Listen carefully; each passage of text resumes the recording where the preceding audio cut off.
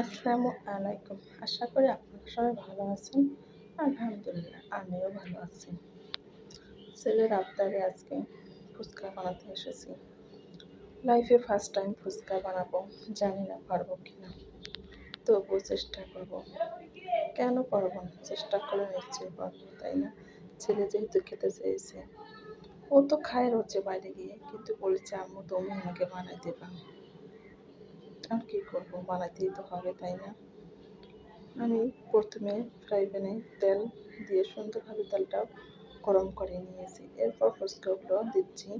ভাবছিলাম হবে কি না, কেননা কখনো যেহেতু এই কাজটা করিনি, সেহেতু একটু তো মনের মধ্যে খিটখিট থাকবে, তাই না? দেখলাম যে সুন্দরভাবে ফুচকাটা হয়ে গেছে। দেখুন, অনেক সুন্দর হয়েছে না? এটা দেখার পর তো আমি অনেকটাই খুশি হয়ে গেছি যে না বাবা, আমিও ফুচকা বানাতে পেরেছি। ফুচকার প্যাকেটটা অনেকদিন হচ্ছে, বেশ 3-4 দিন থেকে বাসায় আছে। বানাবো করে বানা হচ্ছে না। অলরেডি আজকে বানাতে এসেছি। ফুচকাগুলো আমার সুন্দরভাবে হচ্ছে।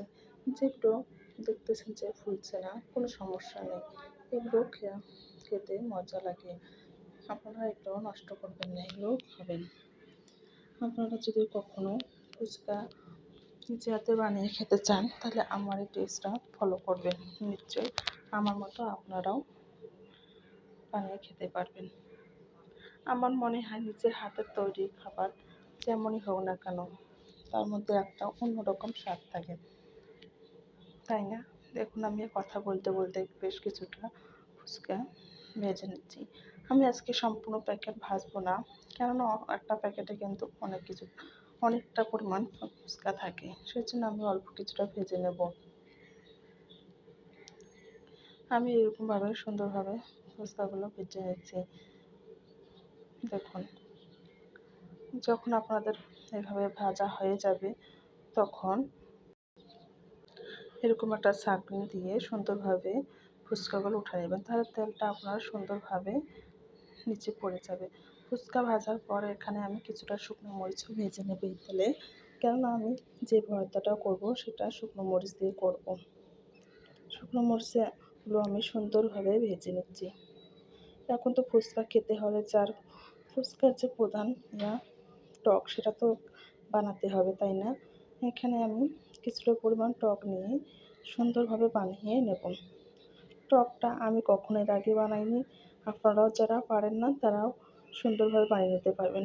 সামান্য একটু পানি নেবেন, আপনাদের যতটুকু লাগে আর কি টক, ততটুকু পানি নিয়ে ফ্রেশ পানি, আমরা যেই পানি খেয়ে থাকি সেই বানিয়ে নেবেন। এখানে কিছুটা পরিমাণের তেঁতুল দিয়ে দেবেন।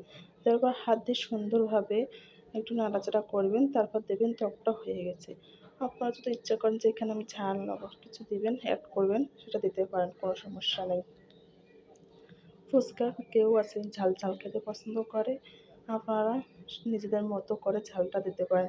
আমিও আজকে বেশ কিছুটা ঝাল দেব, যেহেতু ঝাল মরিচা একটু কমে খায়। তারপরেও যেহেতু ফুচকা খাবো, ঝাল না হলে কি চলে? আমিও এখানে কিছুটা পরিমাণ ঝাল দিয়ে দিচ্ছি। আপনার সুন্দরভাবে যেভাবে ভর্তাটা করেন, সেভাবেই ভর্তাটা সুন্দরভাবে করিয়ে নেবেন। আপনারা একটা ডিম সিদ্ধ করে সুন্দরভাবে কুচি কুচি করে কেটে নিয়েও এটার মধ্যে অ্যাড করতে পারেন, সেটা আপনাদের ব্যক্তিগত ব্যাপার। ইচ্ছা করলে ডিম দিয়েও খেতে পারেন, আবার শুধু টক ভর্তা দিয়েও খেতে পারেন, এটা সম্পূর্ণ অপশনাল। এখন আমি ডিমটা কাটবো না, কেননা মোর সালিন তো বাসায় নেই, কোচিংয়ে গেছে, ওই এসে খাবে, সেজন্য আমি এগুলো রেডি করে রাখছি।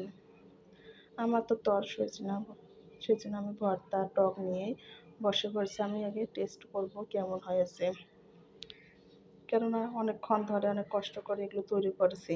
নিজে আগে খেয়ে দেখবো না কীভাবে বানালাম, কেমন হলো। কিন্তু মাশাআল্লাহ অনেক সুন্দর হয়েছে, আমার অনেক ভালো লেগেছে। আমি তো এখন একেবারেই ভেবেই নিয়েছি যে আমি আর ফুচকা খেতে যাব না, এখন আমি বাসায় নিজেই তৈরি করে খাবো। কেননা একটু পরিশ্রম করলে নিজেরাই কিন্তু পরিবারের সবাই মিলে সুন্দরভাবে ফুচকাটা খাওয়া যায়। দেখুন, আমি ফুচকাগুলো অনেকটা পরিমাণেই ভেজে নিয়েছি। এই প্যাকেটটা আমি 70 টাকা দিয়ে কিনেছি। ছোটো প্যাকেটও পাওয়া যাবে 30 থেকে 35 টাকার মধ্যে। আর যে তেঁতুলটা দেখছেন এখানে 50 টাকার তেঁতুল আছে। দেখুন আমার কতটা পরিমাণে এখনও আছে। আমার সামান্য একটু তেঁতুলের টক বানিয়েছি এবং ফুচকার কিন্তু অল্প একটু ভেজে নিয়েছি। এখনও কিন্তু আমার অনেকটা পরিমাণে আছে। মাত্র 70 টাকার ফুচকা এবং 50 টাকার তেঁতুল দিয়ে আপনারা কতগুলো বানাতে পারবেন।